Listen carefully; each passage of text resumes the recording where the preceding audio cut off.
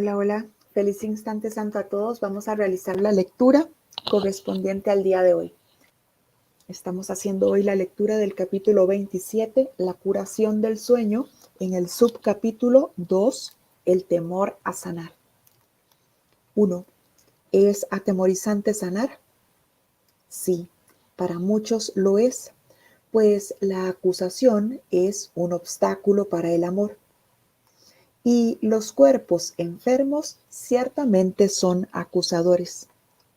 Obstruyen completamente el camino de la confianza y de la paz, proclamando que los débiles no pueden tener confianza y que los lesionados no tienen motivos para gozar de paz. Quien que haya sido herido por su hermano podría amarlo aún y confiar en él, pues su hermano lo atacó y lo volverá a hacer.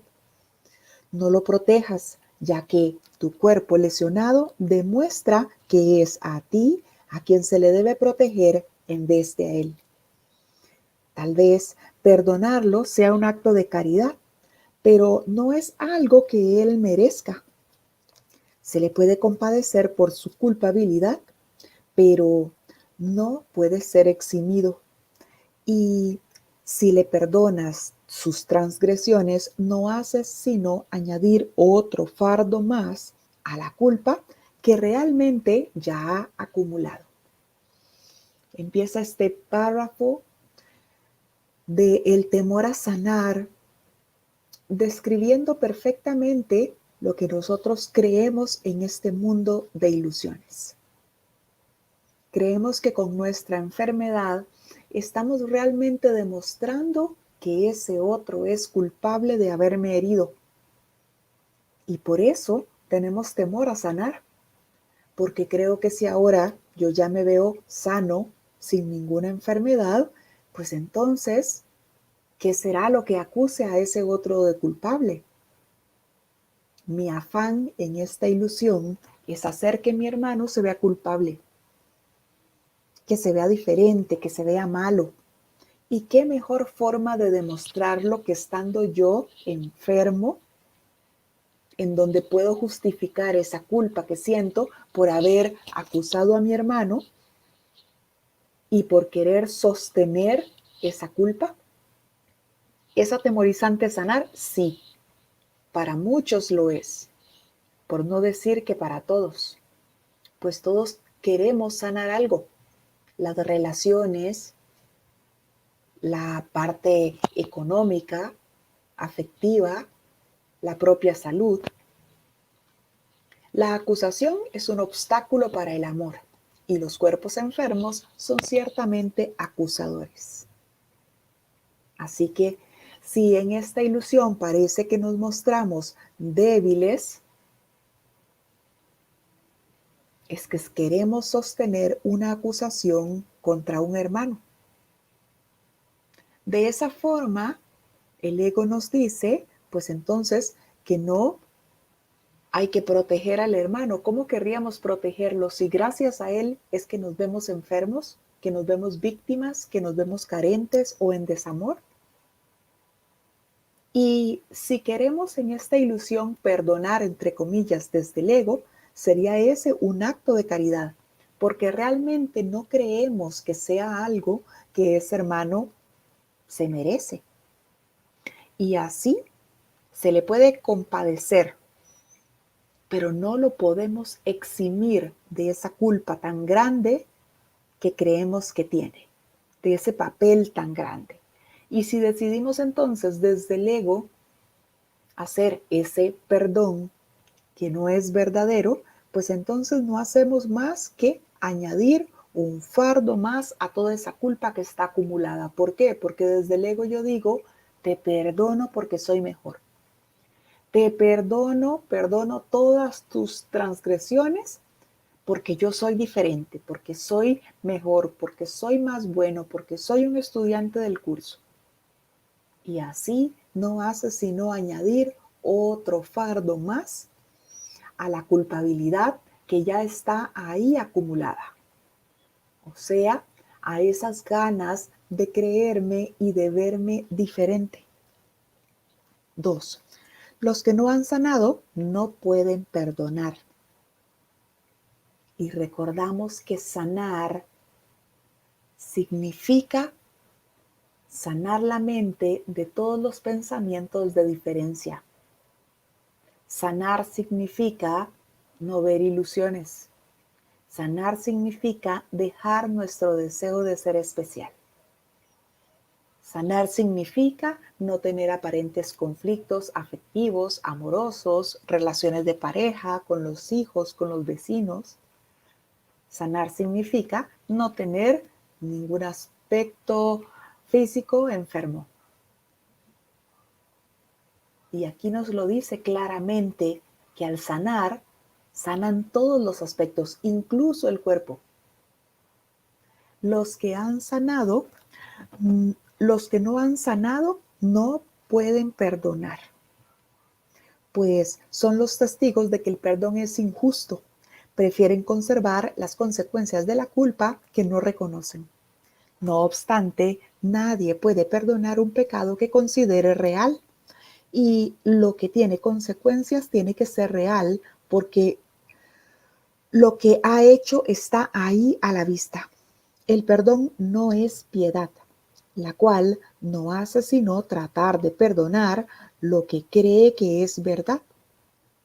No se puede devolver bondad por maldad, pues el perdón no establece primero que el pecado sea real para luego perdonarlo. Nadie que esté hablando en serio diría, hermano, me has herido. Sin embargo, puesto que de los dos yo soy el mejor, te perdono por el dolor que me has ocasionado.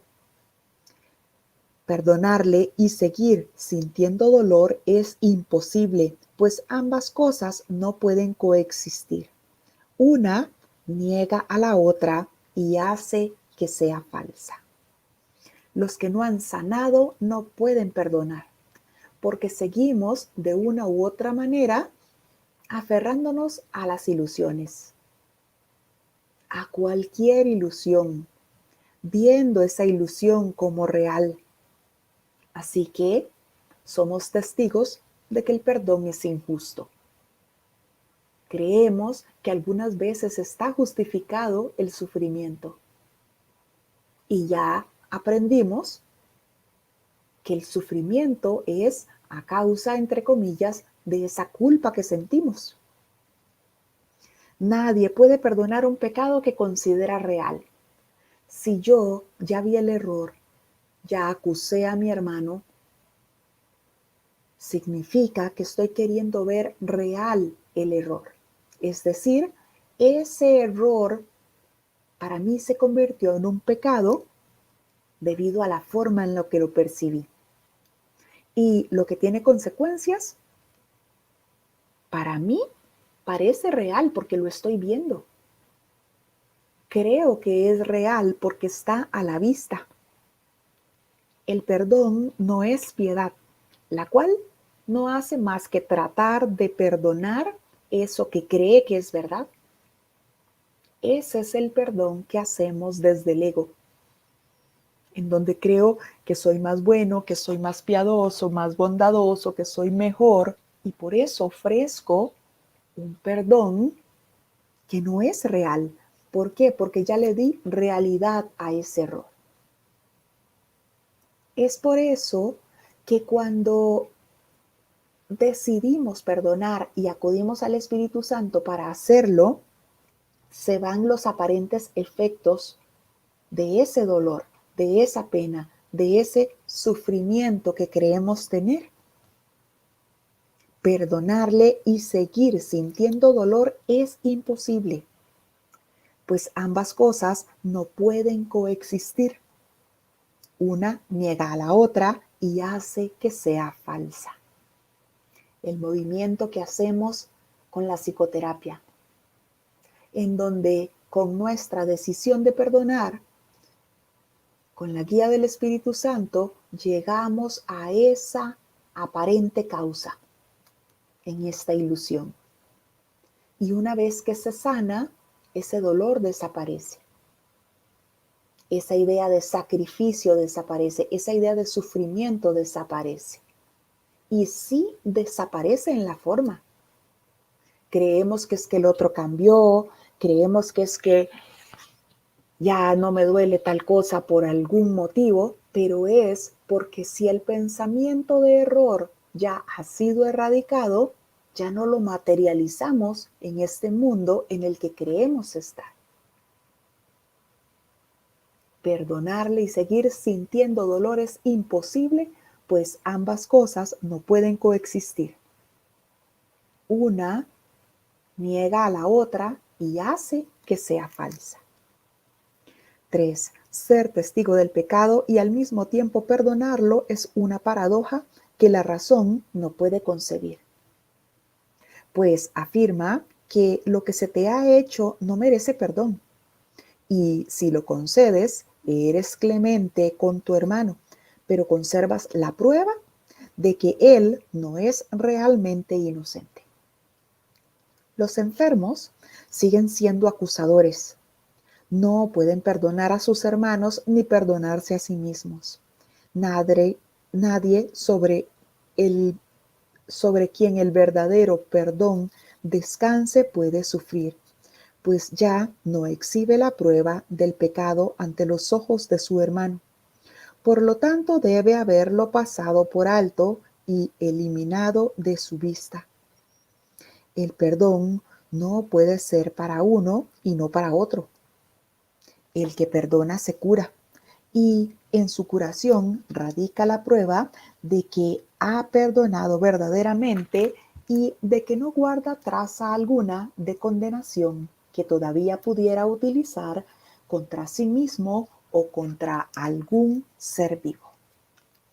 Ser testigo del pecado y al mismo tiempo perdonarlo es algo que la razón no puede concebir. Si ya hemos hecho realidad, entre comillas, ese error, ya para nosotros es algo imposible de perdonar. Si yo ya di por hecho que mi hermano me agredió, que me hizo daño, si yo creo conservar las pruebas, las marcas físicas, el dolor emocional, si creo que cada vez que lo recuerdo me duele tanto, yo ya di por hecho ese pecado. Y de esa forma, pues no se puede perdonar, porque ya hemos afirmado que eso no merece perdón, porque eso es realmente malo, realmente me hizo daño. Ahí se afirma que eso no merece perdón. Y entonces, una vez que se ha reafirmado esa idea en nuestra mente de que fuimos agredidos, de que el otro es el culpable, ahora entonces somos esos cuerpos acusadores. Así que si ahí creemos estar concediendo perdón, pues está haciendo desde el ego, porque lo estamos haciendo desde la idea de que somos piadosos, de que somos clementes. Entonces, vamos a perdonar a este otro pobre pecador. ¿Qué estoy haciendo ahí? Viendo diferencia. Pero sigo enfermo. Sigo enfermo porque sigo creyendo en que fui agredido, porque sigo creyendo en que me hicieron daño, en que por eso sigo teniendo las marcas en la piel del dolor tan grande que el otro me causó. Es decir, sigo viendo dolor, sacrificio y enfermedad. Los enfermos siguen siendo acusadores. No pueden perdonar a sus hermanos ni perdonarse a sí mismos. Y ese perdonarse a sí mismo es mi decisión de querer liberar a mi hermano de esa carga que le puse. Todo perdón lo hace el Espíritu Santo tras mi decisión de perdonar. No es que yo pueda perdonarme a mí mismo, pero el decidir perdonarme o liberarme a mí mismo significa que decido liberar a mi hermano de la carga que le puse. Nadie sobre quien el verdadero perdón descanse puede sufrir, pues ya no exhibe la prueba del pecado ante los ojos de su hermano. Ya no veo enfermedad, porque ya no necesito reclamarle a mi hermano por lo que me hizo, porque ya no necesito demostrarle a mi hermano lo malo que fue. Todo pensamiento de diferencia ya queda erradicado con ese perdón que el Espíritu Santo hace a petición mía tras mi decisión de perdonar. El perdón no puede ser para uno y no para el otro. Es por eso que al decidir yo liberar a mi hermano de la carga de culpabilidad que le puse, también me libero a mí mismo. Tal como dice aquí, no pueden perdonar a sus hermanos ni perdonarse a sí mismos si siguen siendo cuerpos acusadores. Es decir, si yo decido liberar a mi hermano, también estoy liberándome a mí mismo junto con él. Y el que perdona se cura. En la curación radica la prueba entonces de la inocencia, tanto de el hermano que parece ser al que acusamos, como de nosotros mismos que creemos estar enfermos. 4. El perdón no es real a menos que os brinde curación a tu hermano y a ti. Debes dar testimonio de que sus pecados no tienen efecto alguno sobre ti para así demostrar que no son reales. ¿De qué otra manera podría ser él inocente? ¿Y cómo podría estar justificada su inocencia a menos que sus pecados carecieran de los efectos que confirmarían su culpabilidad? Los pecados están más allá del perdón simplemente porque entrañan efectos que no podrían cancelarse ni pasarse por alto completamente. En el hecho de que puedan cancelarse radica la prueba de que son simplemente errores. Permítete ser curado para que de este modo puedas perdonar y ofrecer salvación a tu hermano y ofrecértela a ti. El perdón no es real a menos que nos brinde curación a ambos. Así que si desde el ego yo creo estar perdonando a mi hermano porque soy más piadoso, seguiré sintiendo que ese hermano realmente me agredió, realmente me hizo daño. Y podrán pasar muchos años en esta forma que cada que yo me acuerde de eso que parece que mi hermano hizo, voy a sufrir, voy a recordar. Ese no es el perdón que hace el Espíritu Santo. Ese es el perdón que queremos hacer nosotros por nuestra cuenta. Cuando ya hemos dado por hecho el error, es decir, hemos querido darle realidad a ese error, ¿para qué? Para acusar a ese hermano. En ese punto en donde yo quiero acusar a mi hermano por ese error que cometió para mí, pues entonces veo visibles todos esos efectos que tiene ese error, porque quiero justificar la culpa que quiero ver en él. Los pecados están más allá del perdón, simplemente porque entrañan efectos que no podrían cancelarse ni pasarse por alto. Si yo estoy viendo entonces ese efecto, significa que quiero conservar la idea del pecado. Pero en el hecho de que puedan cancelarse radica la prueba de que no son pecados, de que son errores.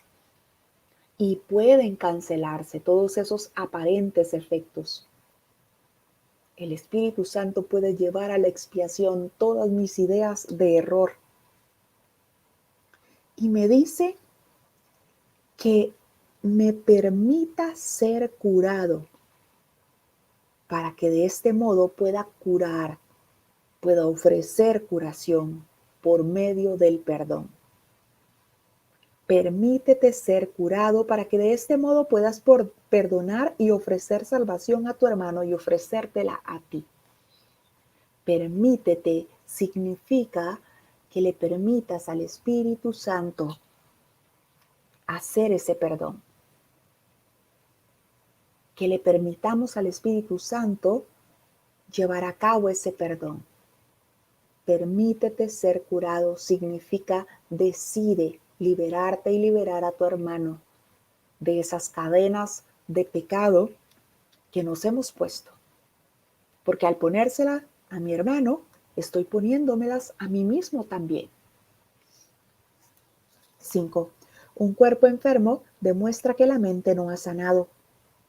Un milagro de curación prueba que la separación no tiene efectos. Creerás en aquello que le quieras probar a tu hermano. El poder de tu testimonio procede de tus creencias y todo lo que dices, haces o piensas no hace sino dar testimonio de lo que le enseñas. Tu cuerpo puede ser el medio para demostrarle que nunca ha sufrido por su causa. Y al sanar puede ofrecerle un mudo testimonio de su inocencia. Este testimonio es el que puede hablar con más elocuencia que 1000 lenguas juntas, pues la prueba es que ya ha sido perdonado. Un cuerpo enfermo demuestra que la mente no ha sanado. Pero si la mente sana, entonces el cuerpo puede ser el medio para demostrar que nunca ha sufrido por causa de tu hermano.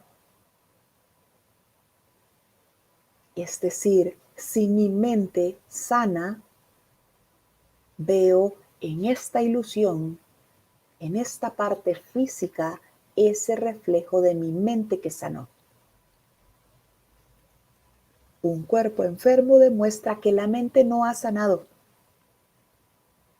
pero un milagro, ese milagro de curación, prueba que realmente la separación no existe. Pero si yo quiero demostrarle a mi hermano que la separación sí existe, pues creeré en aquello que le quiero demostrar. Creeré en eso que le quiero demostrar. Tu cuerpo puede ser el medio para demostrarle a tu hermano que nunca has sufrido a causa de él. Para demostrarle a nuestros hermanos que no hay diferencia, que nunca nos hirieron, que seguimos siendo uno, que seguimos siendo inocentes. Porque al sanar estamos ofreciendo ese mudo testimonio de la inocencia de nuestro hermano. Ese testimonio que puede hablar con más elocuencia que 1000 lenguas juntas. ¿Por qué? Porque en esta ilusión parece que queremos comprobarlo todo. Vemos a través de los ojos del cuerpo, así que ¿qué mejor manera de demostrarle a nuestro hermano que nuestra mente ha sanado que por medio del cuerpo? En donde le demostramos que nunca hemos sufrido con esa curación, con la curación que aceptamos, que le permitimos al Espíritu Santo. Permítete ser curado para que de este modo puedas perdonar y ofrecer salvación a tu hermano y ofrecértela a ti. 6. Un milagro no le puede ofrecer menos a él de lo que te ha dado a ti. De esta manera tu curación demuestra que tu mente ha sanado y que ha perdonado lo que tu hermano no hizo. Y así él se convence de que jamás perdió su inocencia y sana junto contigo. El milagro deshace de este modo todas las cosas que, según el mundo, jamás podrían deshacerse. Y la desesperanza y la muerte no pueden sino desaparecer ante el ancestral clarín que llama a la vida con mayúscula. Esta llamada es mucho más poderosa que las débiles y miserables súplicas de la muerte y de la culpabilidad. La ancestral llamada que el Padre le hace a su Hijo y el Hijo a los suyos será la última trompeta que el mundo oirá. Hermano, la muerte no existe y aprenderás esto cuando tu único deseo sea mostrarle a tu hermano que él jamás te hirió.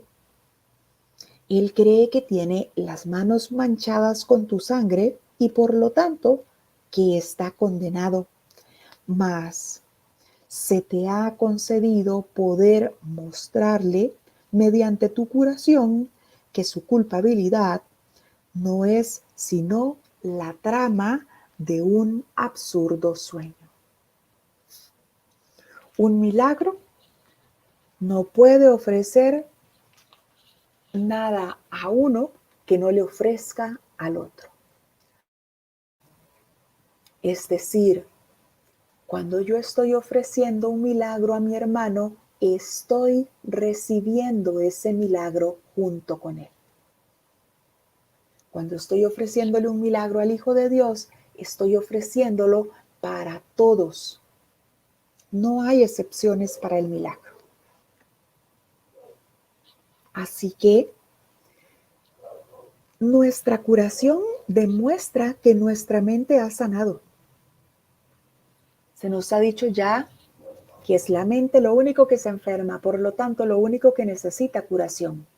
Pero una vez que la mente se ha curado, si esa mente procesa esos pensamientos que le dan forma al mundo que veo, pues por lógica, si ya mis pensamientos son sanos, pues tengo que ver sanidad. Si son mis pensamientos los que forman el mundo que yo estoy viendo, pues ahora esos pensamientos van a mostrarme un mundo que ha sanado, a mi hermano que ha sanado. Tu curación demuestra que tu mente ha sanado y que has perdonado lo que tu hermano no hizo. ¿Por qué no hizo? Porque el pecado es eso que creímos que se había hecho. Ese error al que quisimos aferrarnos y quisimos darle realidad. Pero el que nosotros en esta ilusión queramos darle realidad a algo que no puede ser real, no significa nada. Forma parte de las mismas ilusiones. Así que con esa curación que yo acepto para mí, le demuestro a mi hermano que él es inocente junto conmigo, que nunca me hizo nada, que nunca me hirió. El milagro deshace de este modo todas esas cosas que según el mundo jamás se podían deshacer.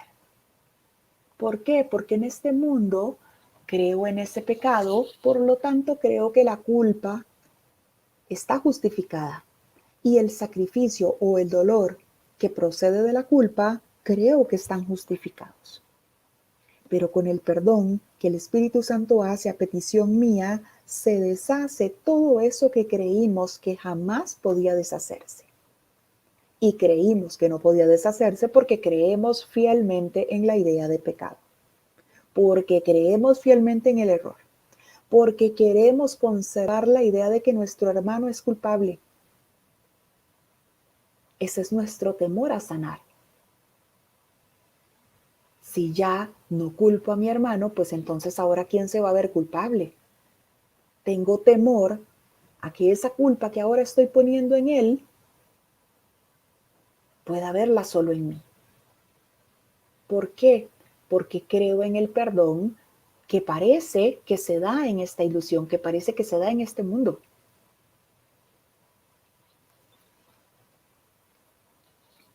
Párrafo 7. Cuán justos son los milagros, pues os otorgan a ti y a tu hermano el mismo regalo de absoluta liberación de la culpa. Tu curación os evita dolor a ti y a tu hermano, y sanarás porque le deseaste el bien. Esta es la ley que el milagro obedece. La curación no ve diferencias en absoluto. No procede de la compasión, sino del amor.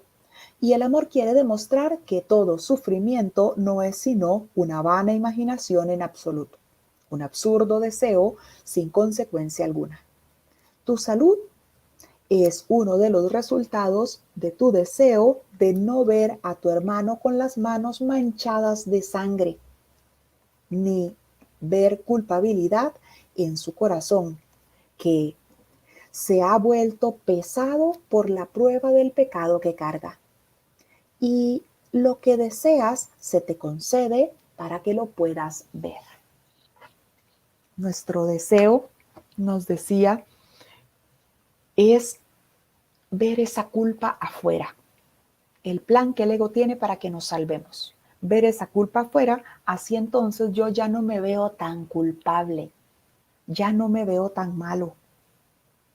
Así que mi hermano entonces cree que tiene las manos manchadas con mi sangre. Y yo quiero sostener esa enfermedad que parece que tengo para demostrarle a mi hermano que por él estoy enfermo, que por él estoy mal.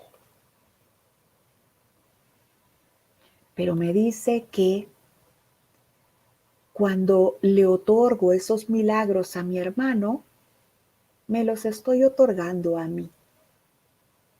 Que cuando decido liberarme de la ilusión del pecado, estoy liberando a mi hermano junto conmigo.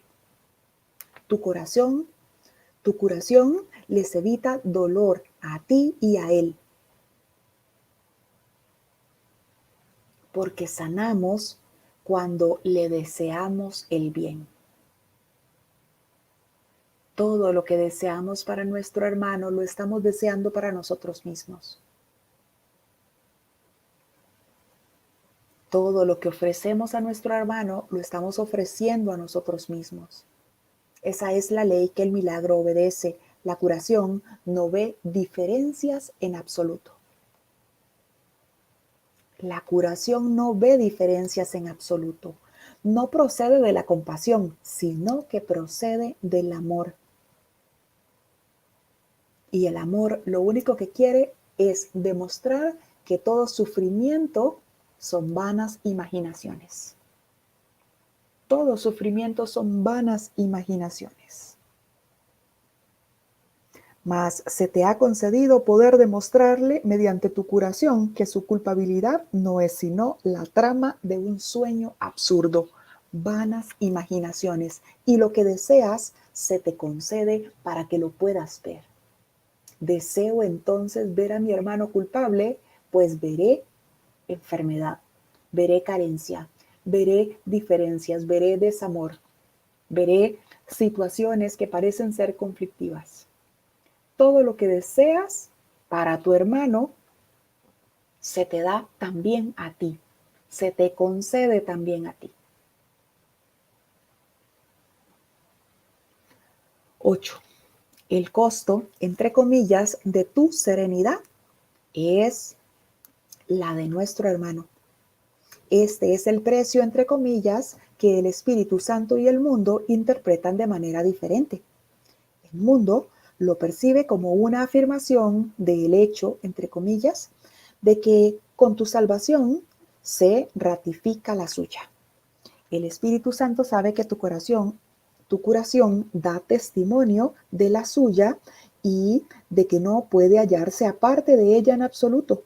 Mientras tu hermano consienta sufrir, tú no podrás sanar.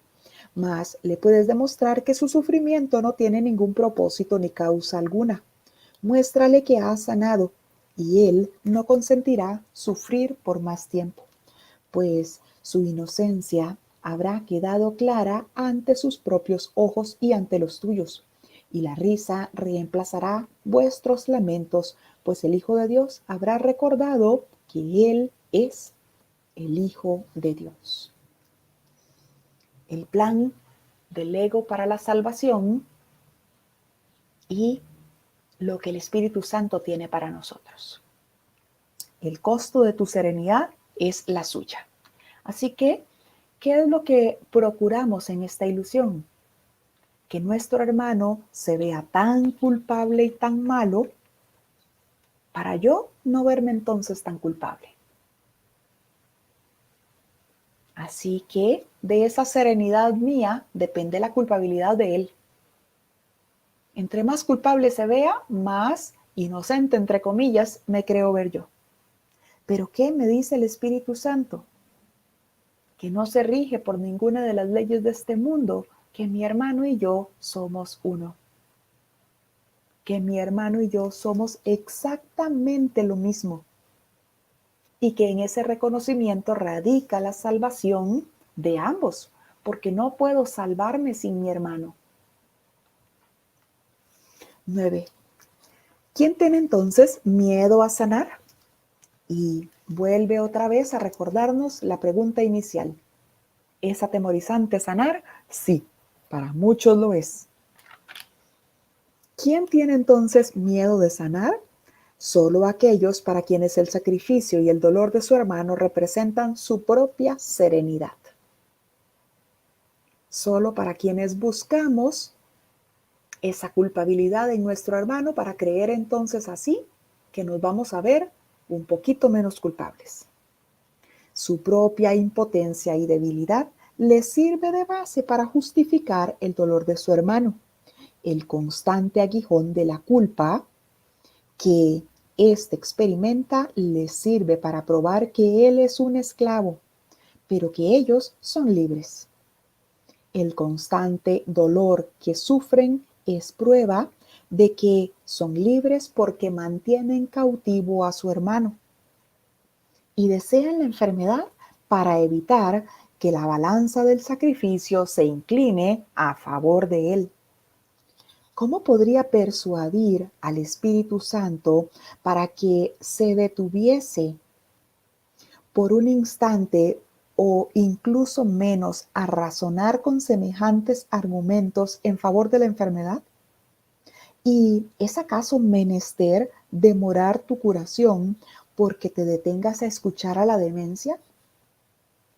¿Podría acaso el Espíritu Santo creer en semejante locura? ¿Creer que hay culpa? ¿Creer que si yo hago que el otro se vea más culpable me voy a librar, entre comillas? ¿Podría acaso el Espíritu Santo centrarse en esa ilusión? Cuando más bien usa esas ilusiones en las que yo estoy creyendo para ayudarme a salir de ellas y a sanar, siempre con mi hermano de la mano. ¿Quién tiene entonces miedo a sanar?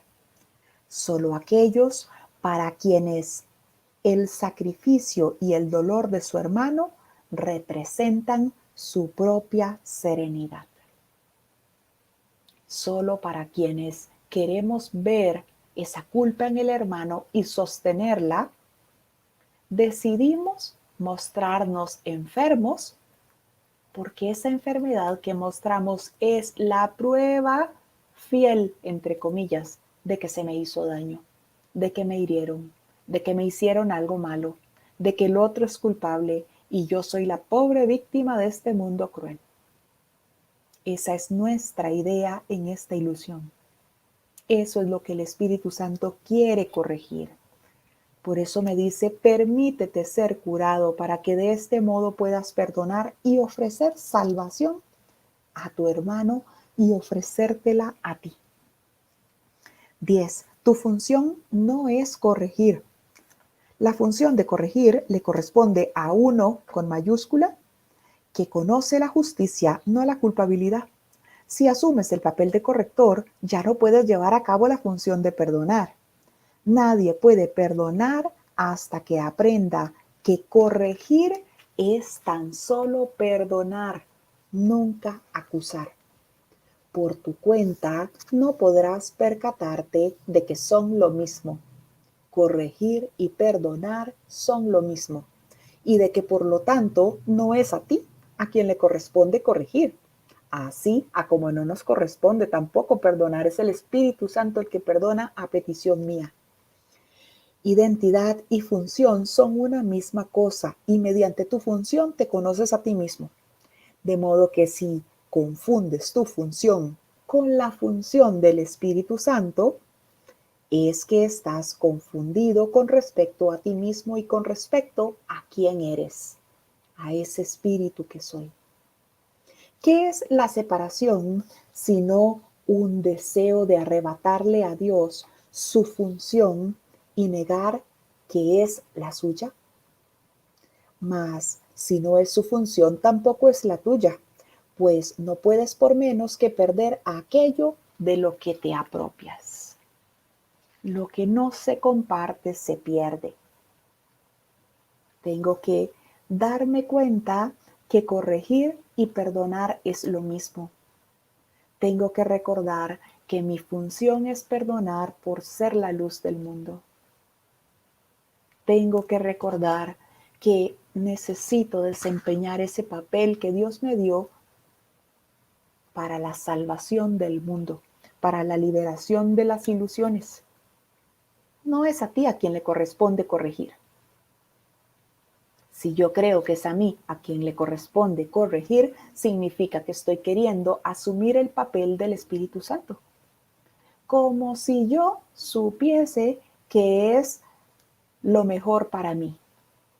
Cuando estoy completamente aturdido y rodeado de ilusiones y no puedo ver más allá de eso, ¿cómo podría yo reconocer que es lo mejor para mí, que es lo mismo para mi hermano? ¿Cómo podría yo creer que puedo autoguiarme, corregir a mi hermano? 11. Una mente escindida es una mente separada, una mente que se cree dividida. En una mente escindida, la identidad no puede sino dar la impresión de que está dividida. Y nos pone identidad con mayúscula. Nadie puede percibir que una función está unificada si ésta tiene propósitos conflictivos y objetivos diferentes. Para una mente tan dividida como la tuya, corregir no es sino una manera de castigar a otro por los pecados que crees que son tus propios pecados. Y de este modo, el otro se convierte en tu víctima, no en tu hermano, diferente de ti, por el hecho de ser más culpable y tener, por lo tanto, necesidad de que lo corrijas, al ser tú más inocente que él. Esto separa su función de la tuya y os da a ambos un papel diferente, y así no podéis ser percibidos como uno y con una sola función, lo cual querría decir que compartís una misma identidad y un solo objetivo. En esa mente nuestra que se cree aparte, separada, dividida, vemos todas esas diferencias. No podemos reconocer esa función unificada que tenemos por la identidad nuestra de ser el Hijo de Dios. Así que, tras esa idea de separación, en esa mente escindida, pues vemos entonces diferencia en todo y en todos. Así que creemos que los objetivos de mi hermano y los míos son distintos. Por eso vemos conflicto. Para una mente tan dividida como la nuestra, corregir no, ni siquiera está permitido. Ni siquiera es lógico si lo vemos en esta forma. ¿Por qué? Porque ¿cómo voy a corregir al otro si estoy viendo en el otro mis propios errores? Tendría más sentido entonces que busque en mí y vea por qué creo que tengo que corregir al otro. Si reconozco que somos uno. Para una mente tan dividida como la tuya, corregir no es sino una manera de castigar al otro por sus pecados que crees son tus propios pecados. Y de este modo el otro se convierte en una víctima, en mi víctima, no en mi hermano. ¿Por qué? Porque lo veo diferente, porque lo veo culpable, porque creo que necesita corrección. Y entonces yo estoy sintiéndome que estoy en posición de corregir al otro. Cuando los dos estamos sumidos en esta locura de igual manera. Eso, el creer que yo puedo, debo o tengo que corregir al otro, pues significa entonces que estoy viendo más separación, que estoy viendo que el otro es más diferente a mí. Y así no podemos ser percibidos como uno y con una sola función, la cual debemos de compartir. ¿Por qué? Por nuestra identidad, por ser ese santo Hijo de Dios que somos, por ser uno con nuestros hermanos. 12. La corrección que tú quisieras llevar a cabo no puede sino causar separación, ya que esa es la función que tú le otorgaste. Cuando percibas que la corrección es lo mismo que el perdón, sabrás también que la mente del Espíritu Santo es la tuya y son una. Y de esta manera habrás hallado tu identidad con mayúscula. No obstante, Él tiene que operar, el Espíritu Santo tiene que operar con lo que se le da. Y tú solo le permites ocupar la mitad de tu mente. Y así Él representa la otra mitad. Y parece tener un propósito diferente de aquel que abrigas y crees que es el tuyo. De este modo tu función parece estar dividida, con una de sus mitades en oposición a la otra. Esas dos mitades parecen representar la separación de un ser que se percibe dividido en dos. Nosotros que concebimos el darle buena parte de nuestra mente al ego y no silenciarlo para escuchar solamente al espíritu. La corrección que tú quisieras llevar a cabo no puede sino causar separación, ya que esa es la función que tú le otorgaste. Si yo creo que el otro está equivocado, pues significa que lo estoy viendo completamente distinto de mí. ¿Cómo no va a pensar lo mismo que yo? ¿Cómo va a decir semejante tontería? Cuando yo reconozca entonces que corrección y perdón son exactamente lo mismo, entonces ahí sabré que la mente del Espíritu Santo y la mía son una. Ahí sabré que estoy escuchando la voz que habla por Dios en vez de la voz del ego, que me dice, mira qué diferente, necesita que lo corrijas, no lo dejes en ese error, mira las tonterías que dice o que hace. Cuando sepamos, comprendamos y nos demos cuenta que corregir y perdonar es exactamente lo mismo, y como me decía unos párrafos atrás, no es a ti a quien corresponde corregir, en ese momento nos daremos cuenta que la mente del Espíritu Santo y la nuestra son una. 13. Observa cómo esta percepción de ti mismo no puede sino extenderse. Y no pases por alto el hecho de que todo pensamiento se extiende, porque ese es su propósito debido a lo que es.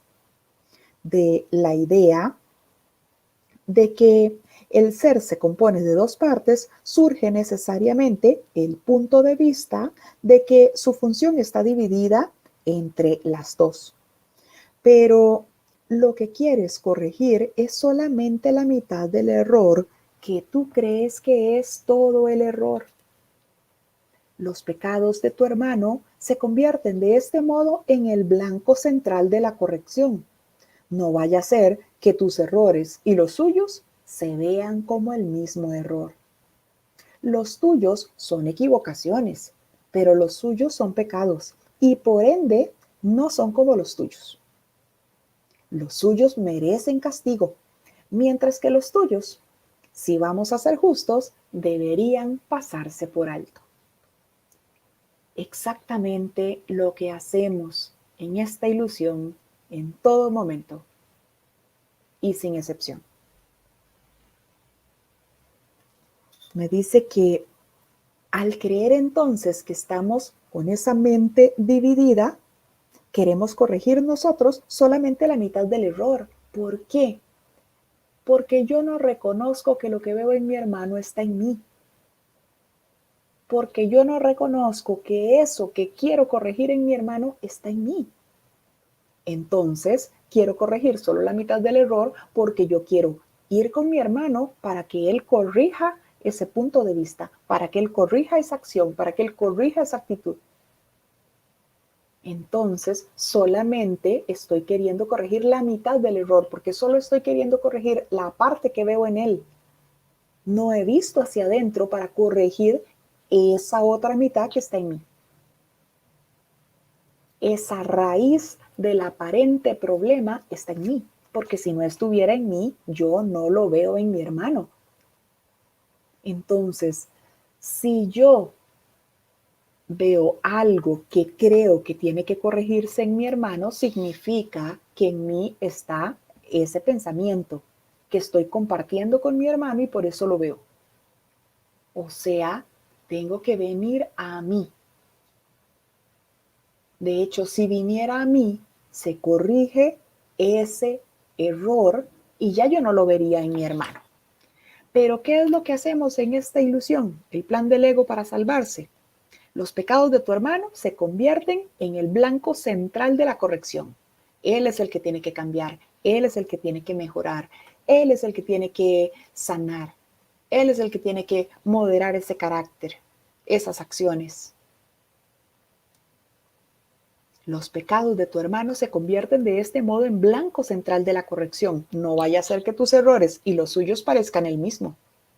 El plan del ego para salvarnos. Ponemos en el otro la mayor cantidad de culpa para que el otro se vea más culpable y así yo pasar un poquito de largo. No es que me salvo de la culpa.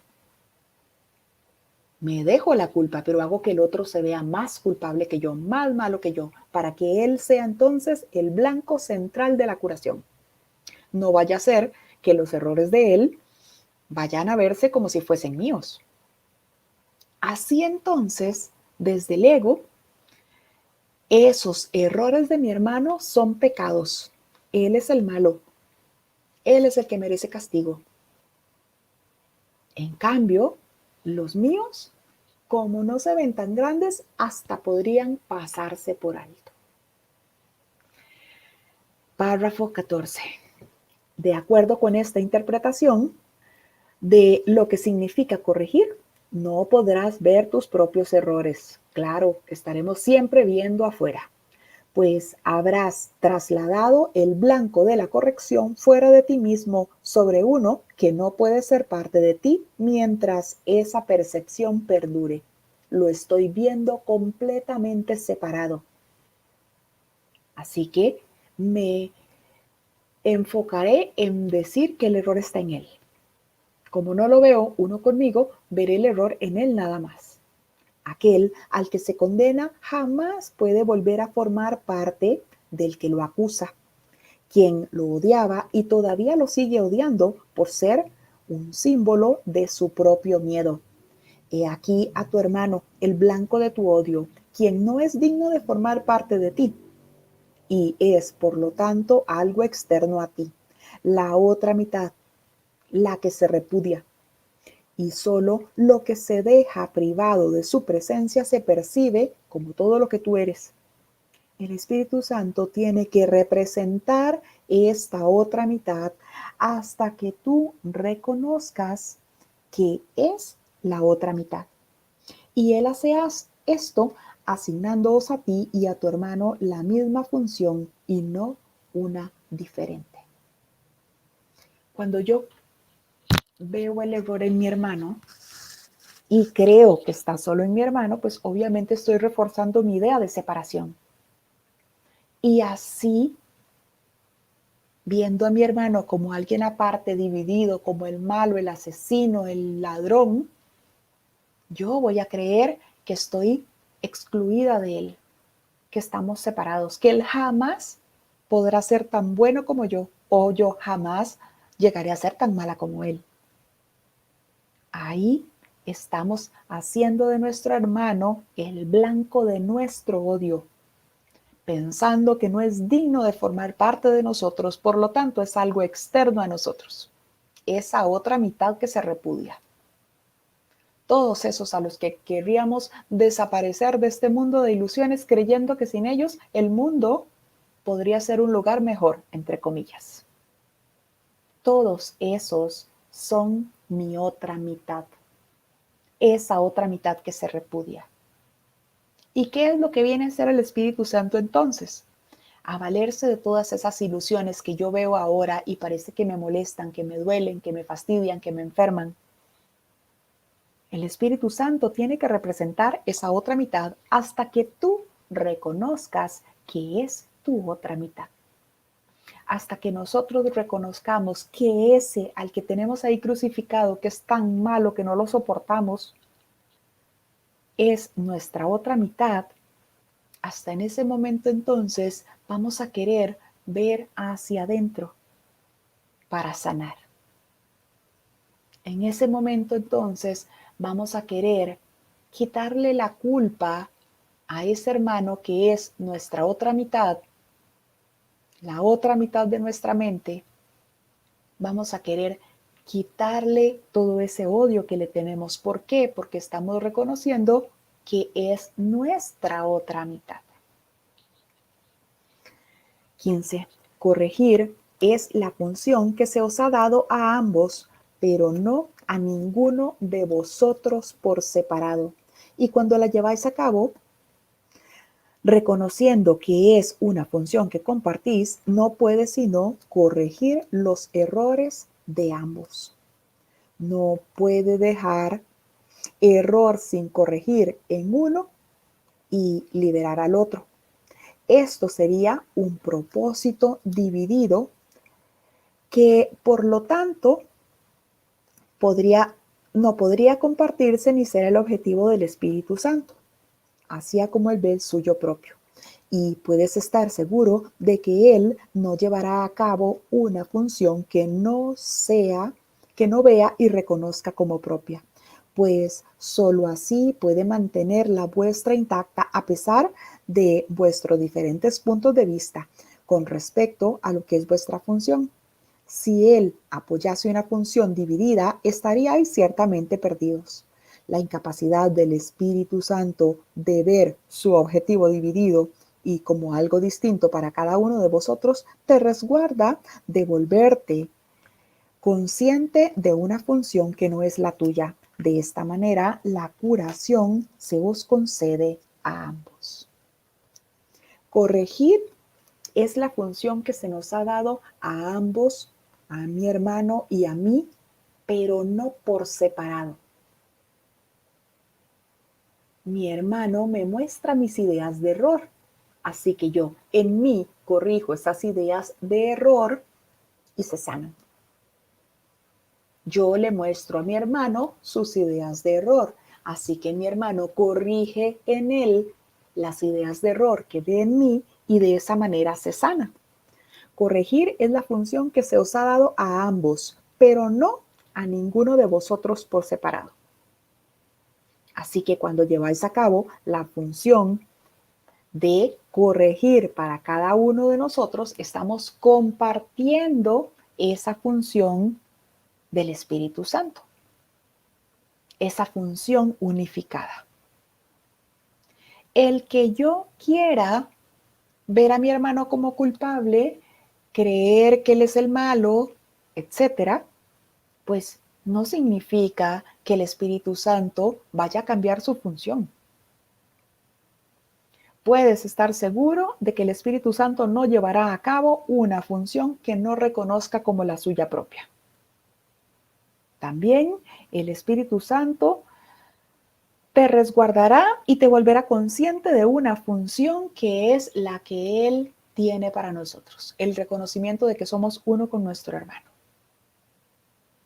El Espíritu Santo no va a cambiar de parecer. Aunque yo me confunda, pues el Espíritu Santo sabe lo que tiene que hacer y se valdrá de todas esas ilusiones en las que yo todavía creo. ¿Para qué? Para que yo decida perdonar y con esto decida sanar. Para que yo decida corregir en mí todas esas ideas de error que veo en el otro. Para que yo reconozca que corregir y perdonar es lo mismo, pero que no es a mí a quien le corresponde hacerlo. 16. La corrección debe dejarse en manos de uno que sabe que la corrección y el perdón son lo mismo. Cuando solo se dispone de la mitad de la mente, esto es incomprensible.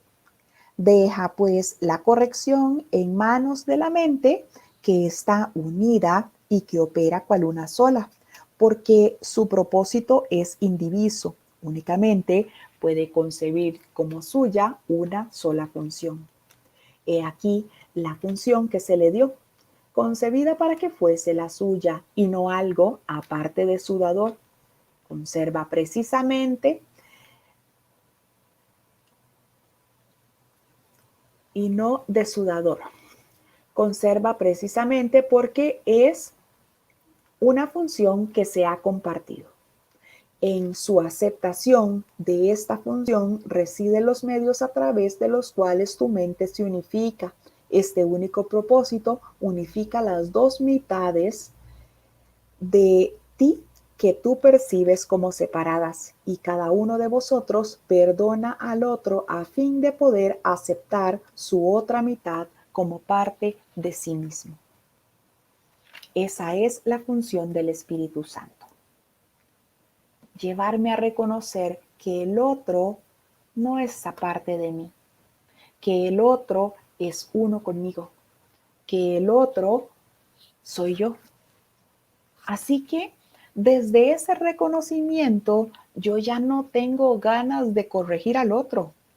Yo ya no tengo ganas de acusar al otro, de decirle cambia esto, tienes que mejorar esto, esto lo estás haciendo mal, sino que yo reconozco todas esas ideas de error en mí, las busco en mí, las sano en mí. La corrección debe dejarse en manos del Espíritu Santo, que sabe que corrección y perdón es lo mismo. Nosotros, que solo disponemos de la mitad de la mente, pues no podemos comprender eso. ¿Por qué? Porque estamos viendo al otro separado, porque estamos viendo al otro aparte. Entonces, desde el ego nosotros decimos, ¿cómo puede ser que yo vea al otro como un asesino y yo tenga que creer que soy igual? Ese es el plan que el ego tiene para que nos salvemos. Ver esa diferencia. ¿Por qué? Porque esa diferencia aparta al otro. Hace que se vea distinto, que se vea diferente, que no tiene nada que ver conmigo. Y eso es lo que el ego quiere. Conservar la idea de separación. Porque si la idea de separación se conserva, pues está justificado en esta ilusión que me enferme, que me ataquen, que me hieran, que me roben, que me muera. Y eso es lo que el ego quiere que conservemos porque de eso depende que el ego se mantenga vigente en mi mente. Así que nos dice el final de esta lectura, deja pues la corrección en manos de la mente con mayúscula que está unida y que opera cual una sola con un propósito indiviso, que no ve ninguna otra función más que la que le fue asignada. La función del Espíritu Santo, el corrector, la llamada al despertar, la voz que habla por Dios, nuestro Maestro.